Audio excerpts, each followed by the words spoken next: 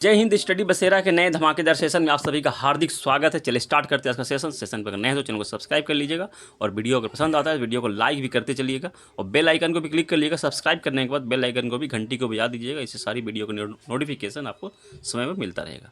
चलिए स्टार्ट करते हैं। आज का जो पहला प्रश्न है आप लोगों के स्क्रीन के सामने है। गंगा नहर से किस राज्य में खेती सबसे ज़्यादा होती है? तो ये गंगा नहर कहाँ है इसके बारे में बताना है, इसका सीधा सा संबंध है। तो इस प्रश्न का सही जवाब हो जाएगा ऑप्शन सी। ये रेड मैच हो जा रहा है, दूसरा कलर में ले लेता हूँ। Option C Rajasthan. राजस्थान में सबसे ज़्यादा गंगा नहर से खेती होती है। गंगा नहर राजस्थान के बारे में। चलिए नहर के बारे में अगर बात हो रही है तो गंगा नहर का निर्माण ये भी समझ लेते हैं। गंगा नहर का निर्माण महाराजा गंगा सिंह ने करवाया था। महाराजा गंगा सिंह ने गंगा नहर को बनवाया था। और नहर की जब बात चली है तो ये प्रश्न भी बनता है कि भारत की सबसे लंबी नहर कौन सी है? भारत की सबसे लंबी कैनल कौन सी है? लॉन्गेस्ट कैनल कौन सी है? तो इसका जवाब होता है इंदिरा गांधी कैनल, इंदिरा गांधी नहर। इंदिरा गांधी नहर कहाँ से निकलती है? तो इंदिरा गांधी नहर सतलज और ब्यास नदी के संगम पर जो हरिके बैराज है वहाँ से उसे निकाला गया है। वहाँ यानी कि हम लोग कह सकते हैं सतलज नदी के पानी को वो लेकर पंजाब हरियाणा होते हुए राजस्थान तक पहुँचती है। इंदिरा गांधी नहर सतलज नदी के पानी को लेकर। ये भी प्रश्न बन सकता है कि किस नदी का पानी उसमें लेकर आती है इंदिरा गांधी कैनल। तो जवाब हो जाएगा सतलज नदी। सतलज ब्यास के संगम हरिके बैराज से इंदिरा गांधी नहर निकलती है और फिरोजपुर, पंजाब में फिरोजपुर स्थान है, वहाँ से निकलती है। प्रश्न भी बनता है कि फिरोजपुर किस नदी के किनारे स्थित है? तो सतलज हो जाएगा, यह भी ध्यान में रखना। इंदिरा गांधी नहर की लंबाई कितनी है प्रश्न अगर बनता है। IVR कोल क्वेश्चन भी बन सकता है ये कि इंदिरा गांधी नहर की लंबाई कितनी है? 445 किलोमीटर। इसे भी आप लोग ध्यान में रखिएगा, 445 किलोमीटर इसकी लंबाई है।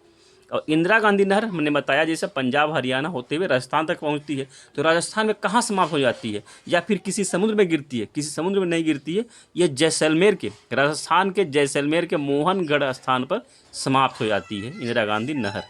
यहाँ तक हम लोगों ने नहर की, इंदिरा गांधी नहर के बारे में इंपॉर्टेंट पॉइंट हम लोग देखा। देखते हैं नेक्स्ट क्वेश्चन।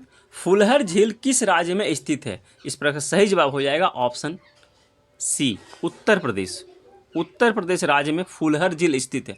और यह फुलहर झील किस नदी के किनारे स्थित है? तो यह फुलहर झील गोमती नदी, उत्तर प्रदेश में गोमती नदी के किनारे स्थित है फुलहर झील।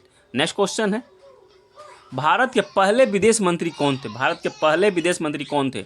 Option A John Mathai, option B Vijay Lakshmi Pandit, option C Jawaharlal Nehru, option D JB Kripalani. इस प्रश्न का सही जवाब हो जाएगा ऑप्शन सी जवाहरलाल नेहरू जी भारत के पहले विदेश मंत्री थे और पहले प्रधानमंत्री भी थे। प्रधानमंत्री और विदेश मंत्री, एक्सटर्नल अफेयर्स, फॉरेन मिनिस्टर भी कहते हैं, एक्सटर्नल अफेयर मिनिस्टर भी कहते हैं इस पोस्ट को, फॉरेन मिनिस्टर पोस्ट को। तो दोनों ही पद इनके पास था। चलिए नेक्स्ट क्वेश्चन देखते हैं। नेक्स्ट क्वेश्चन है भारतीय वायुसेना का आदर्श वाक्य कहाँ से लिया गया है? क्या है नहीं पूछ रहा, कहाँ से लिया गया है? Option A Gita, option B Ramayana, option C Rigveda, option D Mundaka Upanishad. तो इस प्रश्न का सही जवाब हो जाएगा ऑप्शन ए गीता। गीता के किस अध्याय से? तो गीता के 11वें अध्याय से लिया गया है। 11वें अध्याय से, ये भी ध्यान में रखना है। गीता के 11वें अध्याय से भारत का वायुसेना का आदर्श वाक्य लिया गया है। तो आदर्श वाक्य क्या है ये देख लीजिए। जो संस्कृत में है नव स्पृशम दीप्तम और इंग्लिश में कहते हैं touch the sky with glory. Gita की 11वें अध्याय से लिया गया है। ये भी 11th लेसन से लिया गया है। भारतीय वायुसेना का आदर्श वाक्य, मोटो। और भारतीय वायुसेना की स्थापना कब हुई थी? तो 8 अक्टूबर 1932। 8 अक्टूबर 1932। 8 अक्टूबर को हम लोग भारतीय वायुसेना दिवस मनाते हैं। भारतीय वायुसेना का मुख्यालय नई दिल्ली में स्थित है। कंप्लीट हो गया यहाँ से इंपॉर्टेंट पॉइंट। चलिए नेक्स्ट देखते हैं। नेक्स्ट क्वेश्चन बहुत ही यूनिक से इंपॉर्टेंट प्रश्न है। ग्रीन मफलर किससे संबंधित है? किससे हो जाएगा, किससे नहीं, किससे संबंधित है? मृदा प्रदूषण, ऑप्शन बी जल प्रदूषण, ऑप्शन सी ध्वनि प्रदूषण, ऑप्शन डी वायु प्रदूषण। तो इस प्रकार सही जवाब हो जाएगा ऑप्शन सी ध्वनि प्रदूषण से संबंधित है ग्रीन मफलर। शहरों में वृक्ष की एक लंबी कतार, 2-3 लंबी कतार लगाई जाती है, 2 लंबी लाइनें लगाई जाती है वृक्ष की, पेड़ पौधों की, ध्वनि प्रदूषण को रोकने के लिए। इसे ही ग्रीन मफलर कहा जाता है। उसी लाइन को, जो 2-3 लाइनें वृक्षों की लगाई जाती है, उसे ही ग्रीन मफलर जोन कहा जाता है।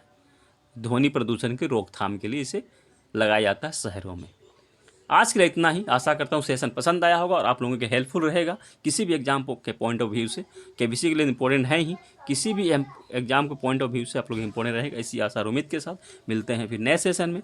तब तक जय हिंद, स्वस्थ रहें, मस्त रहें, धन्यवाद।